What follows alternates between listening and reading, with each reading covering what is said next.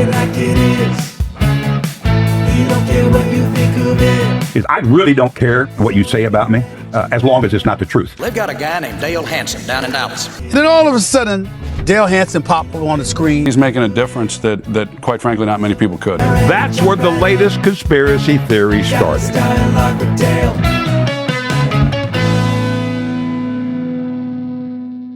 Hola, shalom, and hey there, neighbor. Welcome to the latest episode of Dallas Dialogue with Dale Hansen. I'm your host, Mark Biasana, and joining me as always is my BFF, Marketing Manager for Northwest Insurance with Lila Levy. Shalom, Lila. What's going on? Hola, Mark. Oh, back at you, my friend. What's been going on? Hey, well, a couple things. Tell me. I'm getting on a plane in a couple hours to go to my favorite place. Let me guess. New York? No, Phoenix. Phoenix? No. Some girlfriends of mine told me they were going to Sedona. I saw them over the weekend, and I was like, okay, tell me about Sedona. And they weren't quite as excited about it as I get about New York City. You get big time happy pants. I'm so excited. It's a very, very short trip for me. One other thing, I want to do a little plug. As you know, as we all know, viewers and listeners, I'm the marketing manager for Northwest Insurance coming up on 3 years. Yeah. But I have a restaurant background and I love restaurants. I can't stay away from them for very long. So I'm a part-time, meaning just pretty much on the weekends, occasional evenings, hostess at a new restaurant on Market Center Boulevard called AMFM. Okay. And the chef there is a famous chef. She's been a James Beard finalist. Anastasia Quinones Pittman, AQ. Okay. And again, it's called AMFM. We also have a live music venue behind it. And so I just wanted to plug it because it's really good food. We've only been open for about 3 months, and come see me on the weekend. Well, I'll send them my bill for plugging them for free here on our show. Well, glad to hear it. Bring some leftovers, please, to the office one day. I will. It's a modern take on a diner, and it's got a Mexican flair to some of the dishes, and it's really good. So that's what I've got going on. What about you? Same old, same old. Also joining me today, though, is the man of the hour, WFA TV legend, self-proclaimed voice of reason, and the man we're calling the answer this month around here, Mr. Dale Hansen. Hey there, Dale. What's going on? Oh, I want to mention this new pizza place I found in Waxahachie. Oh, I'm sorry. No, I'm not doing for you. On my time, yeah. This has been, and I am going to try my very best to leave a little time for our guest today because I love the topic again. But this has been one of the most incredible months of my life. Yeah. For you as well, I would imagine. It's nuts. It just keeps coming on us in waves, obviously. But I want to do this in order. A little good news, bad news first. Okay. I watch every Texas Rangers baseball game. Okay. And I'm thinking these baseball players for the Rangers must be the loneliest guys in America. Because once they get on base, they know they're never going to be able to go back home again. They never. Yeah. Am I going too fast here, Lila? I mean, No, they never you're get to not. go back home again. Aw. Also, this past month, I made the trip to Austin to see Bruce Springsteen. Oh, yeah. Yeah, how was that? How It was was it? staggeringly good. Yeah. Staggeringly good. He played for 2 hours and 52 minutes nonstop. Right. If this is what an old prune, overrated prune looks like, prune my ass up. Yeah. Because he played for 2 hours and 52 minutes, and he's much like my favorite singer, Rod Stewart. He has this benefit that if and when his voice goes completely bad, how are you going to be able to tell? Exactly. Yeah, I mean, No one could tell. you're never really going to know. But I'm just telling you, it's the Tell us greatest show about- ever. What was the makeup of the crowd like? Was it people? Was it like I'm in All my late walks of life. 50s? Was it 50s on up? Or Oh was it no, young too? Everybody was there. They had kids in the front row. They Yeah, really? had the 30-something-year-olds jumping up and down. They had 50, 60-year-old people, and the occasional 77-year-old guy sitting in his seat while his wife danced like crazy all night long. Nice. I'm just telling you, it's a lot of money for a ticket nowadays. Yeah. But I wanted to make sure I got one last chance to see him. And it's a very political show, very strongly political, which leads me into my last rant. Let's hear it. And here I go. This Supreme Court decision announcing basically that racism is over in America. What a cheery thought that was to find out from these political hacks in the Supreme Court that racism in America is over. Now the gerrymandering has begun in full-blown style. It took less than a day. Yeah. It took less than a day for these southern states to start gerrymandering for political reasons. And we have a Supreme Court that says it's totally okay to gerrymander for political reasons. You just can't gerrymander for race, because obviously racism in America is over. I did a speech in D.C. in February of 2019, and it was to a room full of journalists, but there were members of Congress, members of the Senate were there as well. And I said this back in 2019, concerned about the possible checks and balances on an abusive president. Okay. Because we really haven't done anything with checks and balances since like 73 with Richard Nixon. Yeah. Since then, it's Yeah. whatever side of the political spectrum you're on, Bill Clinton could do whatever he wants in office. We don't really care. It doesn't matter who the president is. We just choose up sides and we're on our team. Exactly. I said in 2019, we're headed to a really bad place because the House won't do it anymore. The Senate won't do it anymore. The cabinet has never done it. And I said then, we're getting perilously close to the day when the Supreme Court won't do it either. And I would argue now we're already there. Yeah. They have stacked the Supreme Court, and they have become nothing but political hacks. But let me put a bow on this, if I may, and let me make this as clear as I possibly can. I am not saying that every Trump supporter or every Republican is a racist. I'm not saying that. But I don't think it's just a coincidence that every racist is a Trump supporter. Right. It's not a coincidence that every racist is a Trump supporter. I said this to my good friend, Judge Eric Moyer, the other night, and he had one of the best lines I've ever heard. I said to him, as volatile as that argument is to a lot of people, they're not all racist. Not everybody who supports Trump is racist, although all racists support Trump. The great mind of the judge comes back with this line like this and says, I'm not smart enough to know the difference between a racist and someone who wants our country to be led by a racist. Yeah. So true. Man. I'm not smart enough to know the difference between a racist and someone who wants our country to be led by a racist. And we have this racist administration supported by a Supreme Court saying that racism is basically over in America. And it took less than a day for these southern states to rush to gerrymander the political voting system. And then as a result of that, all the blue states, the 4 or 5 of them we have left, the blue states are now rushing to gerrymander it in the other direction. Right. Apparently because we've now also agreed in America that 2 wrongs do make a right. Yeah. Because I think it's every bit as wrong for the Democrats to do it as it is for the Republicans to do it. I don't know a better way to fight back than what they're doing, but we're in a horrible place. We can't go and high anymore. We don't have anyone providing the checks and balances that we so desperately need. I think what's happening here in the political system today, there used to be a time when you used to pretend, right? We used to pretend we weren't racist. We used to pretend that we were trying to fight the good fight. Yeah. That's not even the case anymore. I saw someone in the South Carolina legislature, I believe, just outright say, yes, we're doing this to gain more seats, and yes, we don't want to have any black representation. They actually said the Representative Jim Clyburn doesn't represent all of South Carolina. Duh. Jim Clyburn represents a district. Yeah. He represents his congressional district. I've been arguing this, I swear to you, for more than 30 years. I don't understand, and I know the answer to this, but I don't understand why we just don't take a ruler and however many people are going to be in a congressional district, and we just lay this diagram over the map of the country, and there's 1 million people here, and there's 1 million people here, and 1 million people here, and we just do it in a square. However big that square has to be to put 1 million people in it, right? And now we're done. Yeah. And I said this to Yvette Davis, a state representative in Duncanville, Grand Prairie. Forgive me, Yvette. DeSoto, somewhere south of 630, right, somewhere south of 30. Yeah. And she said, she just kind of laughed. She goes, Dale, there's not a person in the state house who's going to give up the DFW airport district. Right. They're not going to give up the medical district in Houston. They're not going to give up the NASA. The whole thing's about the money. Yeah.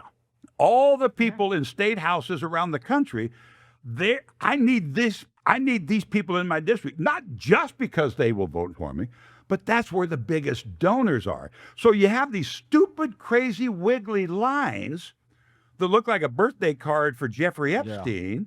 And I'm sitting there going, what are you doing? Just block it out. 1 million here. Now, would that be fair or not? I don't know. I'm sure somebody could tell me why it's not. But I think it's a hell of a lot better than what we're dealing with right now. Well, first of all, that make way too much sense. Number two, it take the power away from the money guys. It right? takes the power away from the puts money it in guys. the hands of the people. And it's just another scam. Oh, how's this for a segue? It's just another scam that we're dealing with in America. That's why you pay me the big money. I have no idea where you're going, but I think you might have given us a hint. Go for it. Here's what we're going to be talking about today. And it goes something like this. There is an old saying, there's a sucker born every minute. No one really knows who said it. Maybe P.T. Barnum, but probably not. But I know it's true because I am one. I used to be that guy who laughed at all the stories about people being scammed on the internet, thinking, how stupid can those people be? Giving your money and credit card info to a total stranger did make me laugh until I became one of them. The lovely Mrs. Hanson and I had a minor problem with a Wayfair purchase a couple of years ago. It is one of my favorite companies. I shop with them a lot. But on this day, a minor problem. So I Googled their customer service number. It pops up online. I called the number. Well, let me speed this thing up. I gave the guy control of my computer so he could fix the order and fix the problem. It would have been fine if it had been Wayfair. It wasn't. It was a scam. It cost me a little, not as much as it could have, but my stupidity still bothers me. These crooks are allowed to put their info on the internet. Nobody seems willing to stop it, and they just hope some idiot like me comes along. I've had people use my credit card to buy things, and the only good thing about that, my credit card company simply wipes out the charges. I was in Florida years ago. My card was turned down at dinner because someone had bought $8,500 worth of furniture from Spain. I called, told them it wasn't me. They said no problem, and there would be no charge. I did the only thing I could do. I did what I think every one of you would do. I then bought $8,500 worth of furniture from Spain and told my card company it wasn't me. I made that part up. I guess these card companies think dealing with these crooks is the cost of doing business in an internet age, because scams on the internet are a very big business and only getting bigger. I have been saying from the very beginning, as great as this technology is, it is going to destroy our civilization as we have known it to be. We have gone from a trusting people who used to put our names, phone number, and address in a book that was delivered to every home in town for free. Or you could simply dial an operator and just ask them, and they were happy to tell you. Now we protect those numbers like it's the nuclear code, and if you don't, you're the new sucker like me. I'm not a man who believes in hell, but there's a part of me that hopes I'm wrong about that, because these people who invade our privacy, steal our money, and destroy our faith and trust in our fellow man, there should be a special place in hell for those people. And everyone who works at these internet companies who don't think it's their job to police the internet, they can't control how some people use it. They just can't make it the safe place it should be. We need a special place for them too. Because I don't know who said it, but I know it's true. There's a sucker born every minute, and I am one. And that's what we're talking about today. I like it. Dale. What are we going to do with you, Dale?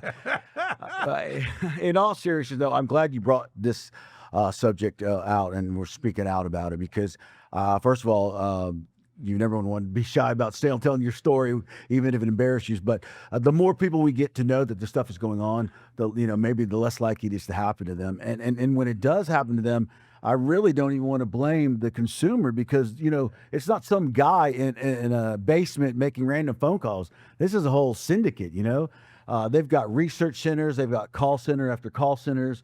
They know who the vulnerable people are, when the vulnerable time is to reach out to them. They know your buying and spending powers. People literally get dressed up to go to their job to do this. To scam, yeah. So, well, this is one of the favorite parts about doing this podcast for this past year with the two of you is that, as I said in my opening rant about all of the stuff I was talking about, the Rangers baseball team, the politicization of the Supreme Court, etc., a lot of these issues are what we've been talking about on this podcast. Yeah. And this is another one. Yeah.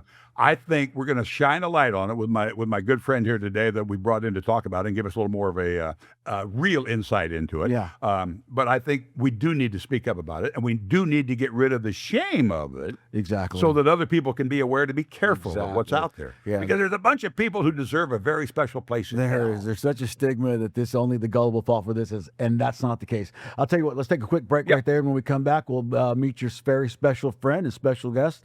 You've been listening and watching to Dallas Dialogue with Dale Hansen, and we'll be right back. What does coverage under the sombrero actually mean? It's a term at Northwest Insurance Agency that we say with pride, because to us, it means taking care of people the same way we take care of family. Whether it's your car, your home, your business, or your life, we take the time to understand what matters to you and make sure it's truly protected. No call centers, no runaround, just real people, honest advice, and coverage you can trust. That's coverage under the sombrero. Northwest Insurance Agency.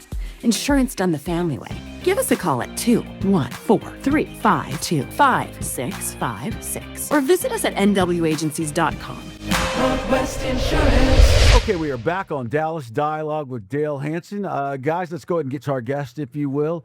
I've been told by a very, very reliable source that you need to have certain types of people in your life if you want to make your way through this world. Maybe one of them being a lawyer or a doctor or even a mechanic. But after listening to Dale's little diatribe here, I think we all can agree we need someone in the tech world now. And I think this guy fits the bill. He is a U.S. Air Force Academy graduate, has spent 24 years, I think, with AT&T. Is that correct? 24, yeah, and he currently teaches digital literacy to the elderly, newbies, and anybody else who wants to learn this kind of stuff. And I'm going to go out on a limb here, but I'm going to bet he shared a beer or two with our Mr. Hansen over here. Once it's on this, yeah. Ladies and gentlemen, please help me in welcome tech enthusiast, Mr. I'm sorry, Eric Newton. There you go. There you go. Hey, Eric, how you doing, man? You're welcome, Gary. Oh, look, glad you're here. Tell me real quick, give me a quick synopsis. How do you know Mr. Hansen?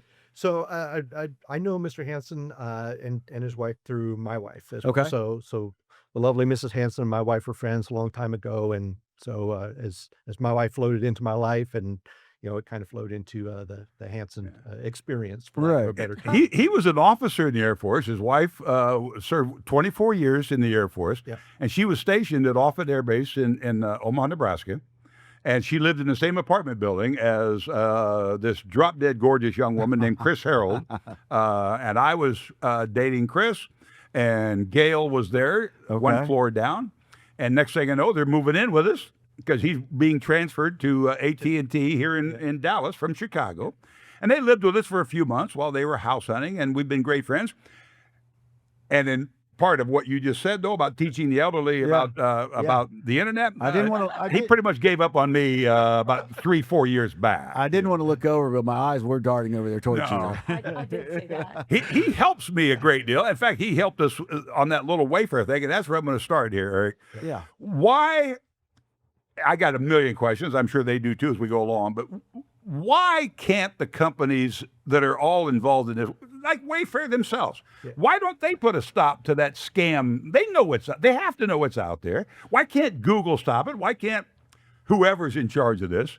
Why can't they do it instead of deserving that special place in hell that I'm talking about? Yeah, well, I'm not going to give them a pass. I think the special place in hell is for the scammers is probably something that has merit. This is complex, right? Years ago, we had the Nigerian prince. Everyone sees that one coming. Right? You before you even get to the end of that letter. Let me stop you for just one second. I actually answered that as a joke. As a joke, I wrote back. I said, "I'll be happy to give you whatever you need. Please send me the money. Tell me what you need." How stupid an idea was that to even respond to it? Well, so to an the Nigerian prince one is just kind of people throw it out there. If they bite, they bite. If they don't, whatever. There's plenty of other scams that are out there that are going to get people bit. But the thing about the Nigerian prince, right? Everyone sees it coming. The scam is all just too obvious. Yeah. So today what's happening is the technology and the socialization and just the way that we've changed as human beings.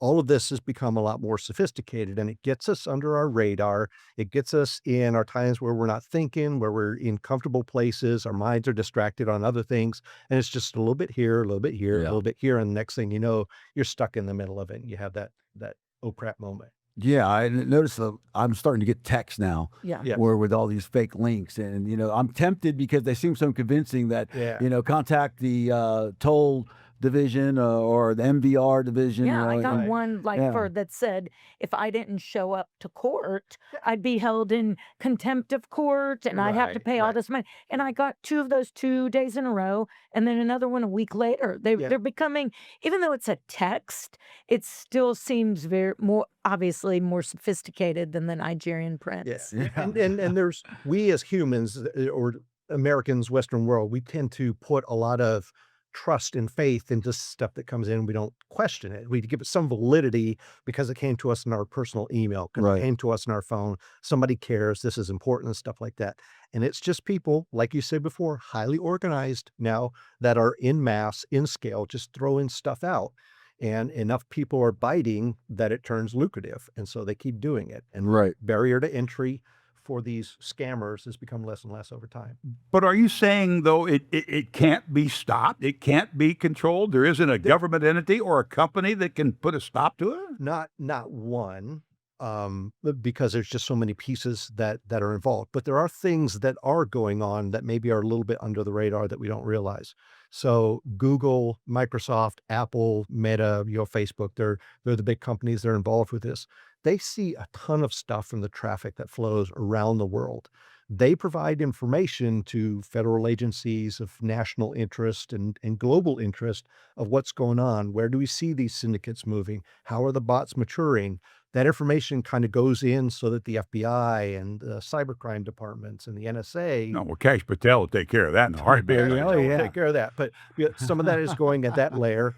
The other things where we have emails, so Microsoft Outlook, your Apple Mail, your Gmail, and stuff like that. These big companies are taking that information and trying to apply filters and look for patterns. The email that you're getting, you feel like your email inbox is swamped. 100 messages a day, 200, 300, whatever. There's a whole chunk of that that's just not even getting to your inbox at all. That's getting pulled out because Google sees nefarious stuff that's going on. Oh, so they are trying. They are trying. Yeah, they are trying. But they have to balance this. They are a corporate entity, public traded companies, trillions of dollars of capital value, right? And they make money from the flow. Yeah, there you go. Yeah, going back and forth. Get this, Mike. Yeah, go ahead. So there's a little bit of a delicate balance between we want to preserve our reputation. Right. We don't want the government come knocking on our door because we don't seem like we're doing anything. But we make money for every digital advertising and bit of data that we're collecting and that type of stuff. So it's a delicate balance that has a market interest that's driving it. Now, as far as you're aware, has this current administration released any regulations that maybe were protecting the consumer? Hold on, I'll be back. Is that a possibility? Could that have happened? Yeah, I don't want to. No, they're well, never That's mind. called Dale taught me that's called the softball in the industry. Yeah. So this current administration tends to be more capitalist. And No. So there. You learn something on this podcast every day. Every day. Yeah. So if you take a look at some of the stuff that's in the background, those resources have been moved. So, Yeah. For example, you might have heard about CISA, the Cybersecurity and Infrastructure Security Agency. Right. They're the ones that are taking a look at this, aggregating all of the data, helping state agencies, law enforcement understand what's going on out there in the big bad world, in the cyber nasties. So they have been diminished and moved into other types of objectives or interests that the government is pursuing right now. Likewise, with the FBI, some of the and CIA, some of the resources that we have watching other agencies where this stuff originates, because it's not all in the U.S. In fact, most of it isn't. Right. Where does most of it originate from? So it depends on what we're talking about. If we're talking about the scammers, from the research that I've done, there are scam farms, a lot of those in Southeast Asia that are kind of proxied into the U.S. They look like they're coming from the U.S., but it's actually people bouncing it over the internet into the U.S. and then reaching out. So you're talking to, like, for example, the person that you called on Wayfair, quite possibly you got transferred over to someone in another country in Southeast Asia that doesn't have very strong laws about this, doesn't have cooperation with the U.S., So this is part of what comes into play in trying to quash it. See, as impressive as that is, that I'm sitting in Waxahachie and I may well be talking to someone in Southeast Asia, which of and by itself is kind of, that's really cool. That's great. What a great breakthrough that is. We're all going to die here, right? We're all going to just end up dead and broke because as the internet grows, as the technology grows, the problem grows, does it not? So you create the ship, you also create the shipwreck. Yes, that is true.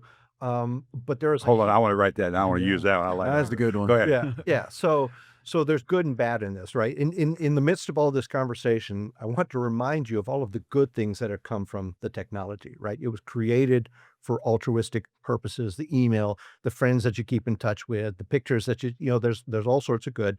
People will use it for nefarious purposes. Yes, it moves, it advances, it becomes a little bit more difficult, but us talking about it and making it real is one of the things that helps all of us to have our feelers up. And there's common types of things with all of these scams. They try to create a sense of fear. They try to create a sense of urgency. They try to put something of authority in there. Right. And what they're trying to do is you've got a little clump of cellular material in your brain called the amygdala, and they're trying to thwack that to get you to react and not respond. The sophistication of what I've seen, even just in the last 25, 26 years, is what astounds me. And what I mean by that is, and it's obvious, right, with AI, etc. But I remember being at my job. It was after hours, and I had gotten a postcard about the warranty on my car, and I thought it was legit. It was a postcard. This was in 1999, and it looked completely legit. I was on the phone with this woman for 45 minutes. We ended up getting into a shouting match because I thought it was legit. Yeah. And I didn't get scammed, but I almost did. But now I would just to interject that type of stuff that comes in through the mail. I think the government could Regulate be it, more forceful about this is an advertisement, right? And making that distinction, because the people that are sending you mailers, they deliberately look like red or have some sort of kind of official logo. Yeah. That would be a place where I think legit for the government to step in and put pressure. It looked so on that. legit. It mentioned exactly my car. I remember the postcard. It was orange. And then the sophistication to my dad getting a call from Microsoft. And I almost got scammed. Yeah. And he said, I don't think this is real. And I almost gave them access, except that then they went too far. They said, well, if you're going to pay whatever, $150, why don't you go to the next level that's $250? Yeah. And then all of a sudden, my radar went up. If they had just stayed there, if they had not tried to go to second base, they would have gotten us. Yeah. So I totally understand that. I had a similar instance. I was trying to sell something on Craigslist, and a piece of furniture, a big piece of furniture, and somebody reached out from Alabama, and they were gonna be in the area. They were gonna buy it from me. They were gonna pick it up and cart it off. It's like, okay, but then what got my feelers going is just out of the blue, unprovoked, they sent me a picture of a driver's license and said, "I just want you to know that I'm a real person.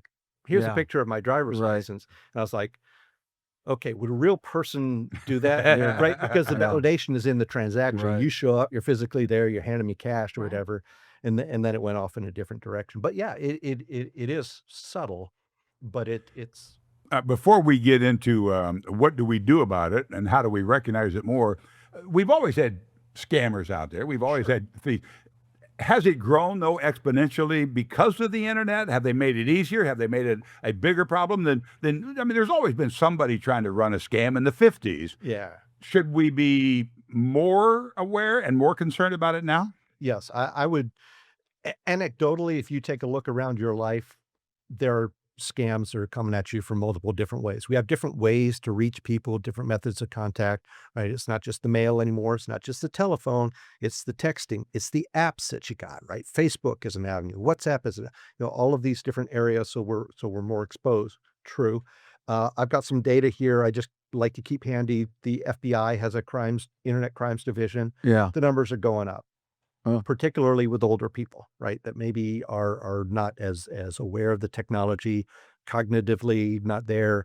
They don't understand it all. smooth, friendly face, friendly voice can kind of coax them into things. Yeah. And they typically, in general, happen to have bigger bank accounts, right? Or properties that they own or things of value. So they unfortunately make easy targets.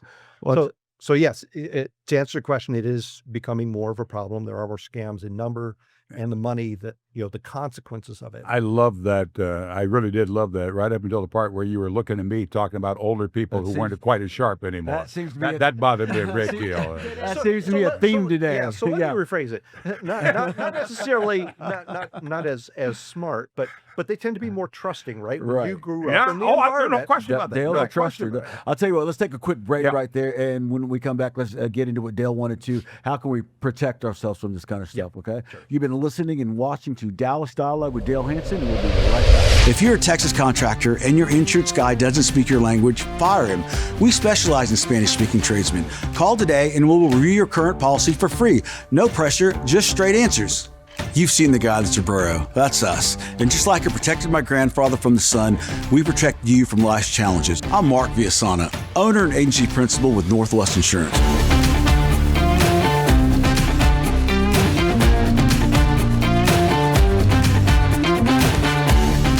I actually heard about NW agencies through a friend of mine who's been using them for years. Honestly, I've been really impressed. They made the whole process so much simpler than I expected. I was always used to dealing with a lot of back and forth, but with NW it was straightforward, and I always felt like they had my best interests at heart. We're a full-service independent agency. That means we don't work for a single carrier, we work for you. We've got access to over 100 carriers, so whether you're insuring your home, your truck, or your electrical business, we'll find the coverage that fits your needs and your budget. It's been a game changer, really. I used to worry a lot about getting the right coverage, especially with my business and home, but now I feel much more confident. They helped me understand my options and made sure I had the right policy for both my business and personal needs. We specialize in helping hardworking folks, contractors, tradesmen, laborers, the people who keep Texas running.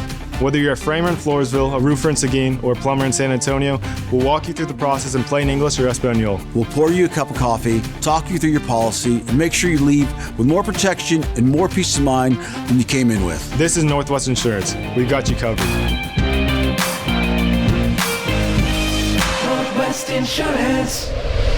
Okay, we are back on Dallas Dialogue with Dale Hansen, here with Mr. Eric Newton, Dale's buddy. Eric, before we left, we were talking about some of the ways people are scammed. Yeah. Tell me, what can we do to protect ourselves from what's going on? And my first question would be is, we open up a computer, we get up online, how much information do they immediately know about us? Well, how's that for an open-ended question for you? Yeah. The floor is yours, sir. Go. All right. So it's a good thing you all are sitting down. Again, I want everybody to keep in mind all of the good things that come from the technology. When you take a look at your email, we tend to think of that as a magazine or a newspaper. It's not. It's software that's running, and there is a constant dialogue that's going on between you and what you're viewing, and systems and people and stuff out there on the internet. That's just the way that it works, right? Yeah. That's the way that we have chosen to fund the internet, and people have taken advantage of that. So same thing with the web page, right? I could show you on a computer how you can go and you can look and see what's actually behind the web page and all of the different pieces that are talking and watching what you're doing. So that's the reality of it. But there are things that we can do with the web browser, put the enhanced browsing on that's going to filter some of that out. There are plugins and software components that you can put in there that can bat stuff out of there. Firefox, Safari, even Chrome is helping to keep the cyber nasties out and provide some level of protection. Yeah. So those are things that you can do on your accounts. Make sure that you're using two-factor authentication. Tie a credit card, use a credit card, not a debit card. Why? Why do you say that? Yeah. So behind let me go that? back because the first thing that people see is they go, oh, well, a credit card is charging me a fee and my debit card doesn't, da, da, da, da, da. What people don't realize behind the scenes is the credit card companies have legal and regulatory obligations to provide a layer of protection for you, right? And so part of the fee that's getting paid, they know that there's going to be some fraud and they're going to have to write that off. So Right. the fee pays for that. It pays for rewards and other types of stuff. If you've got $8,500 of furniture coming out of Europe right? You can call your credit card company and go, hey, that wasn't me, and they'll fight on your behalf. Promise you, that was a true story. Absolute true story. Yeah. And we've had similar types of things as well.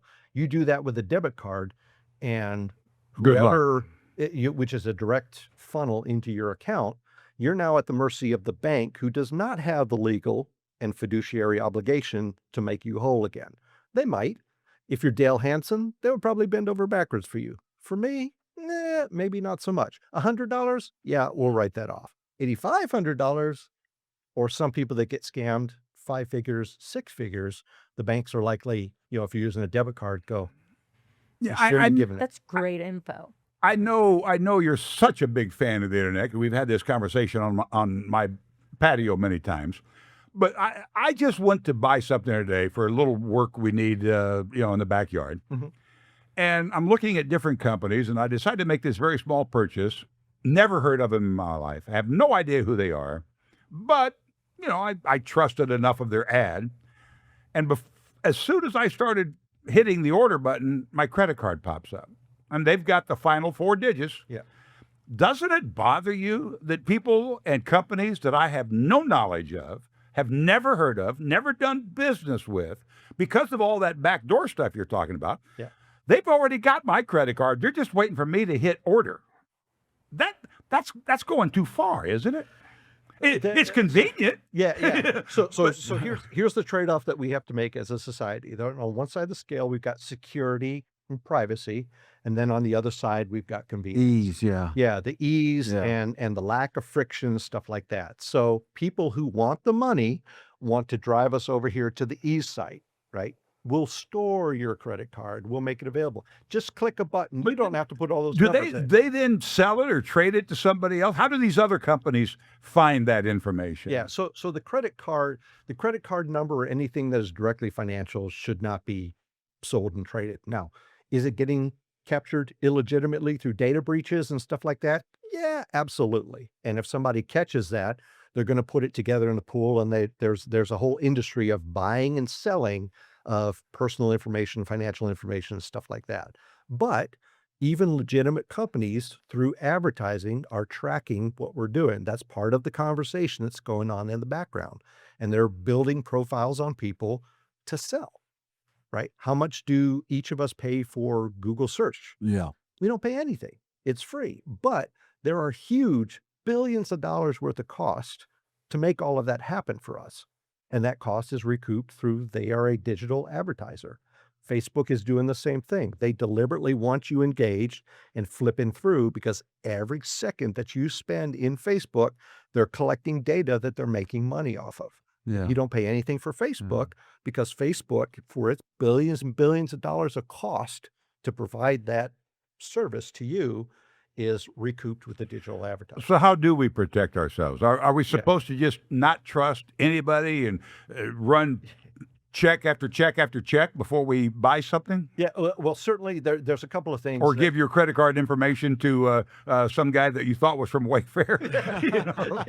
So you so buy incredibly $500. Well, so you touched on it in the beginning, and I thought it was very important. Part of the reason why I like to do this is we have got to get away from the shame of it all. They are better than us. They're more sophisticated. Some of these attacks, they lay the framework over time, and then they pop at some other point in time, right? They are getting better at what they do.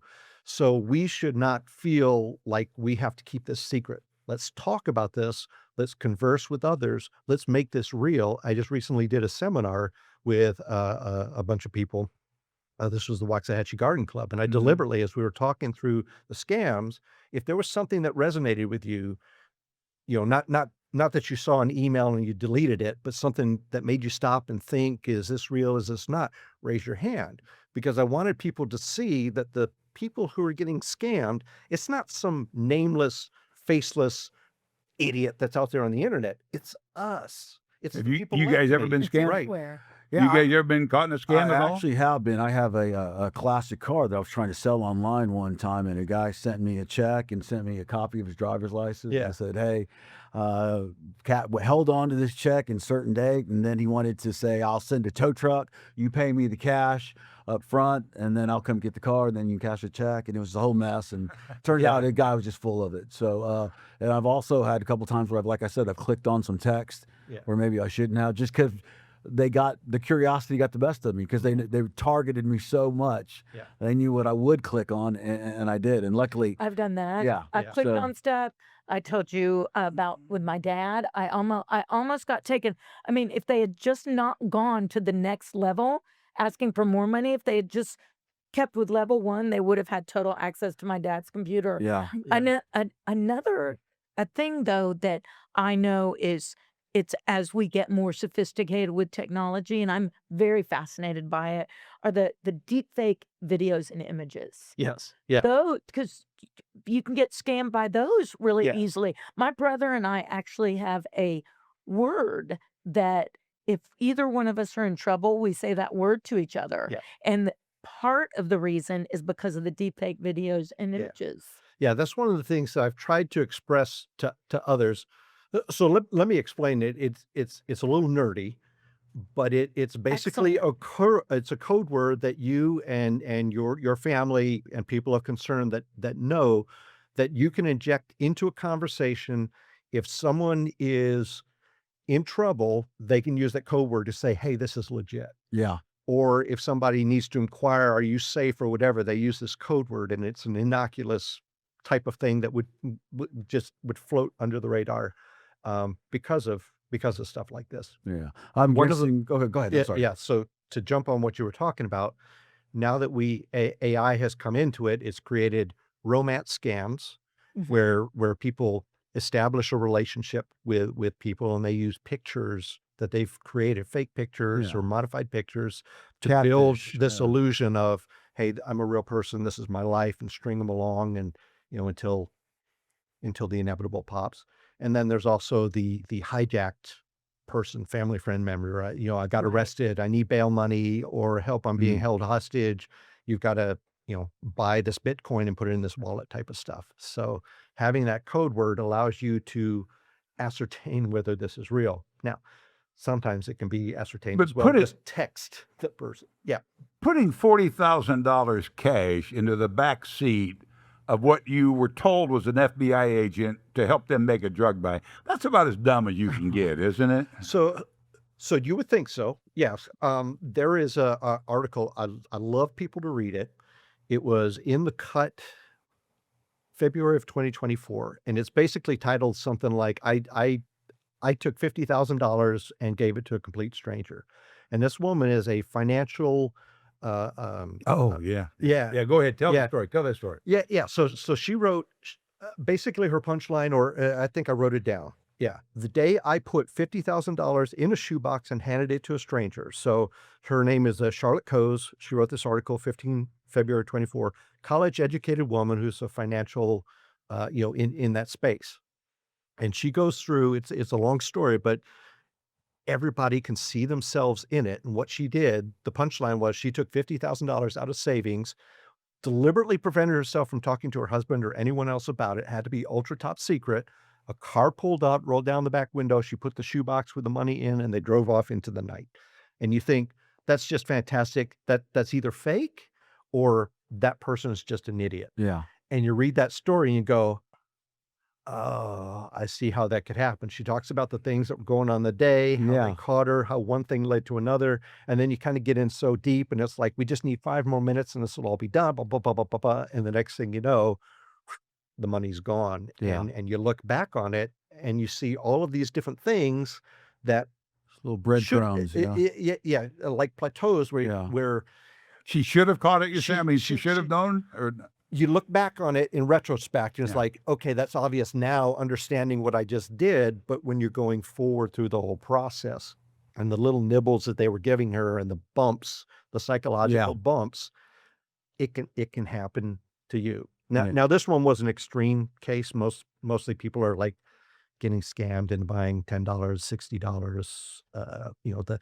What's the thing you see on YouTube right now? The handle, right? The ultra high pressure handle takes your garden hose and 3,000. Oh, yeah. That doesn't. Wait a minute. That's not real. That's not real. Oh. Sorry to burst your bubble. Oh, I got to make a call. Yeah, or the Breeze Max, that little device like this that will drop the temperature in the room, balloon like this in 3 minutes or whatever, right? Yeah. Reminds me, I'm guessing Lila's safe word. I bet it's New York. I mean, let's take a quick break right there. We come back. Let's talk about where this stuff is going, because I've read where they're even adjusting pricing just because they know how much income you make on some products. So you've been listening and watching Dallas Dialogue with Dale Hansen. We'll be right back. Thanks for listening to the podcast, but I have a question for you. What's going to happen if an accident happens at your home? Maybe a fire or a flood or even a burglary. Well, with Northwest Insurance Agency, all of those thoughts can just stay thoughts. Because when you're covered under the sombrero, you're covered for any accident imaginable. So give us a call today or visit us at nwagencies.com and let us give you the peace of mind you deserve.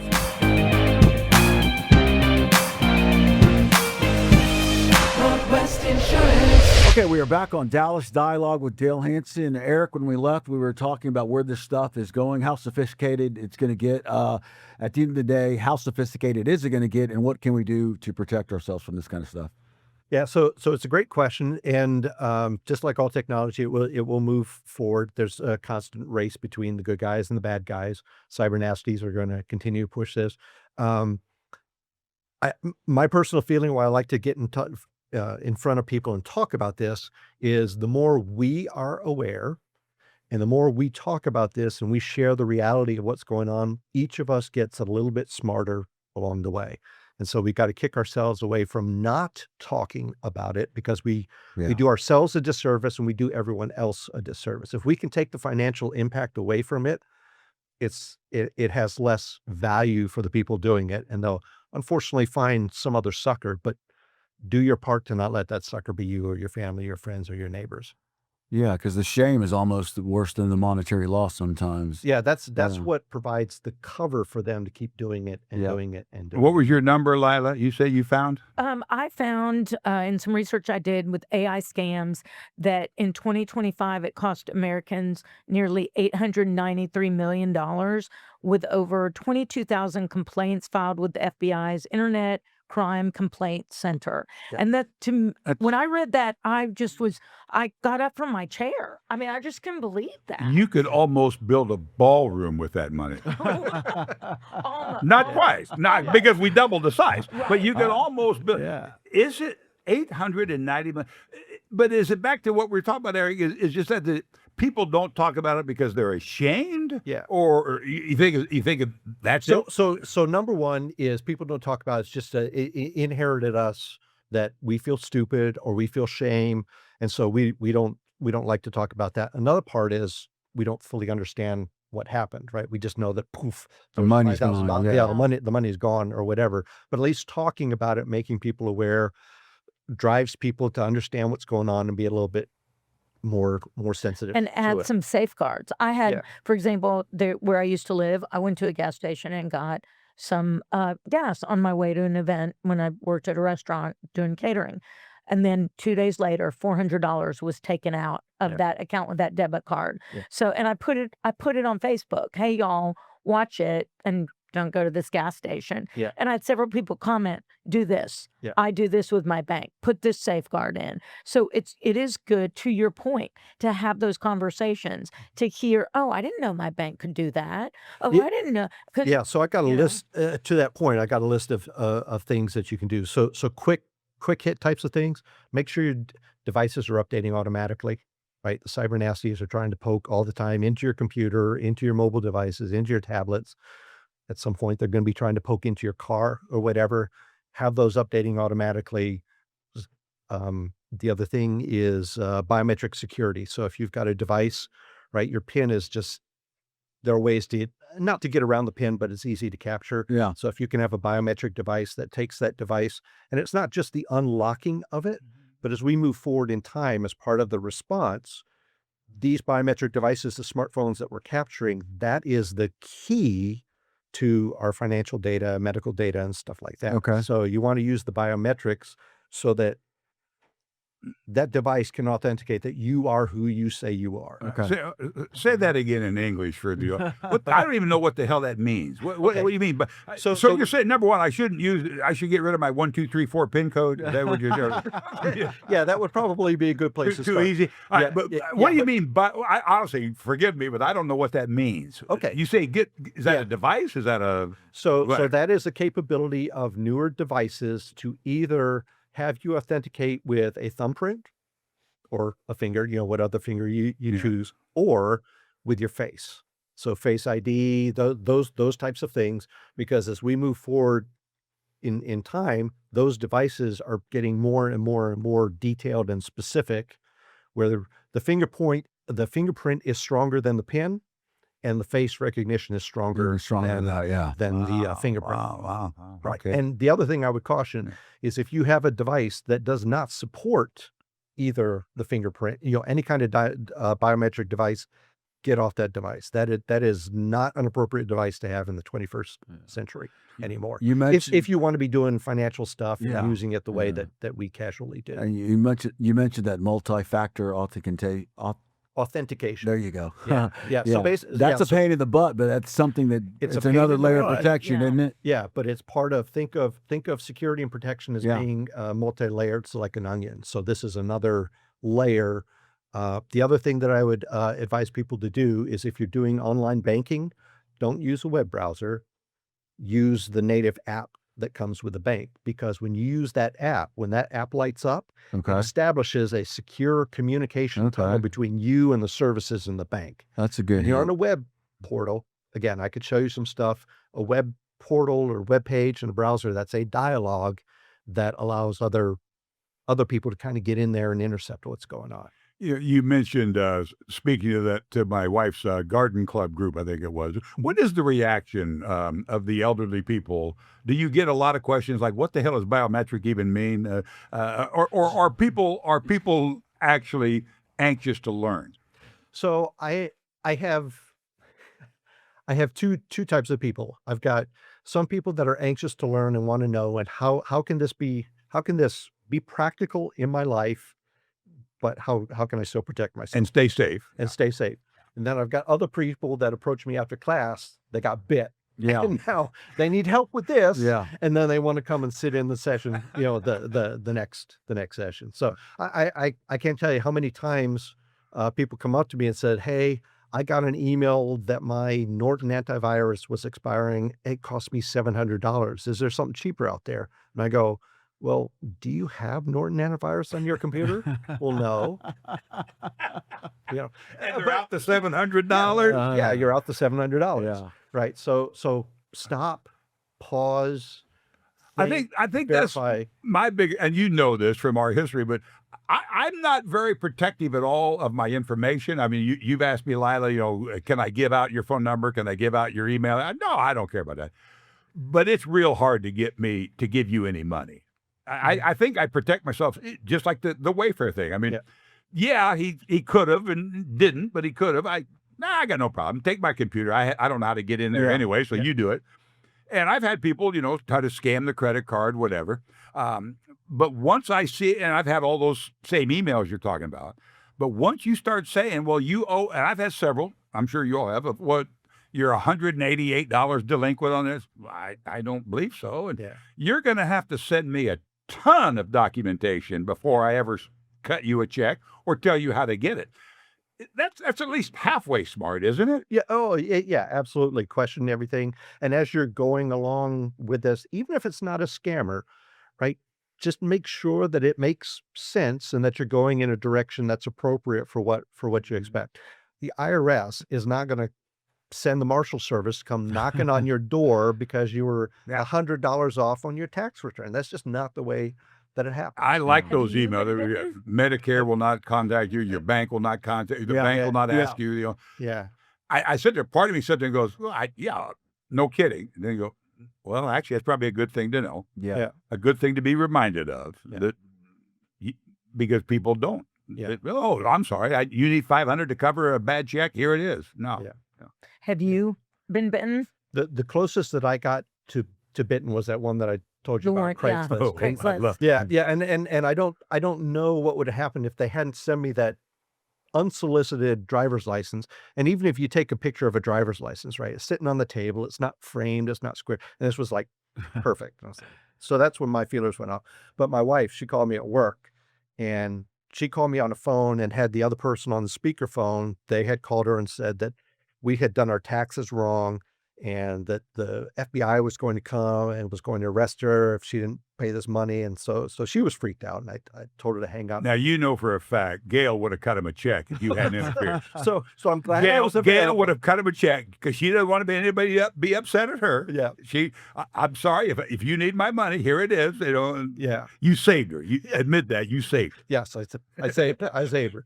So, but A friend of mine emailed me, this good friend of mine is looking for a job, and they emailed me that somebody had reached out to them, a recruiter or something, and my friend had her flag up, and it Yeah. was like, this is a scam. Yeah. And like didn't respond. No, she did. It's not that she didn't respond. She said, you know what, I'm just not interested.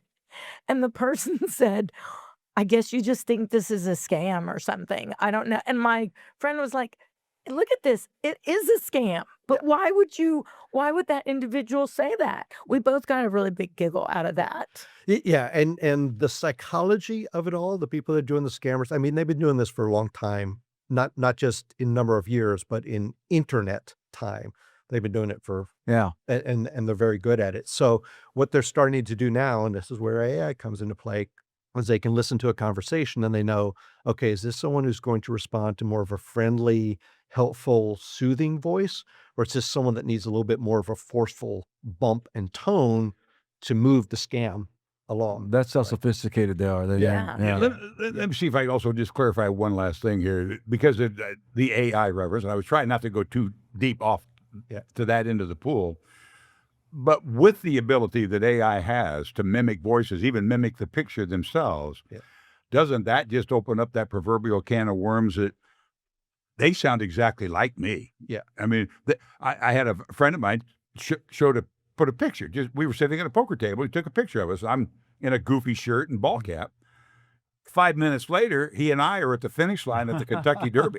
And there's not a doubt. And we showed the picture around the table.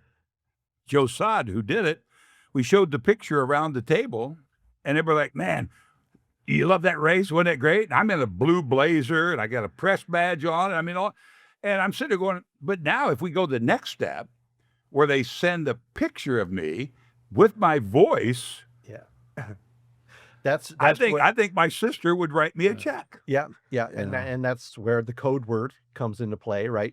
So hopefully your sister cares enough about you that she would one of try them to- does. she would try to use the code word to one of them does. validate. One of them does. Yeah. The AI is making it tough for the generative AI, for sure. But none of this scares you. You accept the trade-off for the greatness of the opportunity. No, I wouldn't. It's alarming to me. It is. We haven't found the right spot to be able to defend technologically against it. Some of the fundamental stuff remains true, right? If it's too good to be true, it probably is. Verify, time, slowing things down, creating friction in the process helps you, because a scammer wants to move quick through their script, right? They're trying to get you to a point where you click the button to authorize them into the account, to buy the Bitcoin, to do whatever, right? Slow it down, make sure that it's making sense, give yourself time to get away from the panic, and let that frontal lobe kind of kick in where you go, hey, wait a minute, right? Are there any resources? Are there any resources people can go to verify if something like is a scam or not? Go on the internet and check them out. So actually, ironically, AI is really good for doing that. You get a text, copy the text, stick it into ChatGPT, and say, "Hey, is this a scam?" Real?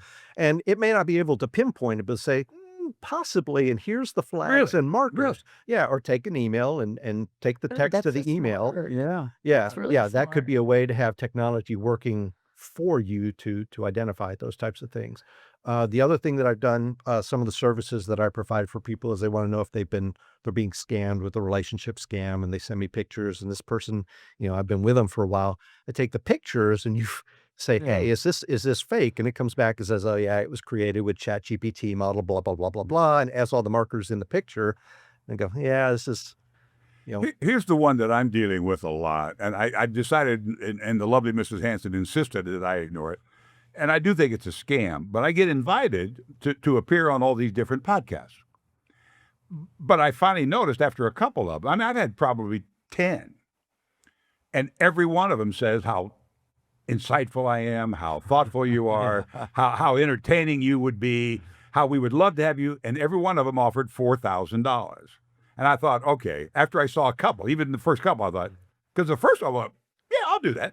And I Googled the guy, and there he is. And I listened to a little bit of his podcast. I thought, $4,000 just to show up? An insightful guy. Well, and then about a week later, I didn't respond. About a week later, here comes another one. Got one the other day from Charlemagne the God. Oh, okay. I'm kind of a quasi fan of his Charlemagne, work. the God. Yeah. Calling himself Charlemagne the God. Yeah. And he's got this big morning breakfast club podcast Huge, or whatever. yeah. And it's huge. And they said, hey, Dale, boom, we're aware of your work. But it was almost identically written. And I thought, if they offer me $4,000, I'm going to hit delete. And they offered me $4,000. Man. I thought we were going to get a great plug in there for our podcast. Would I be putting myself in debt? And I'm not. But when those kind of things pop up, do you put yourself at risk just by even responding?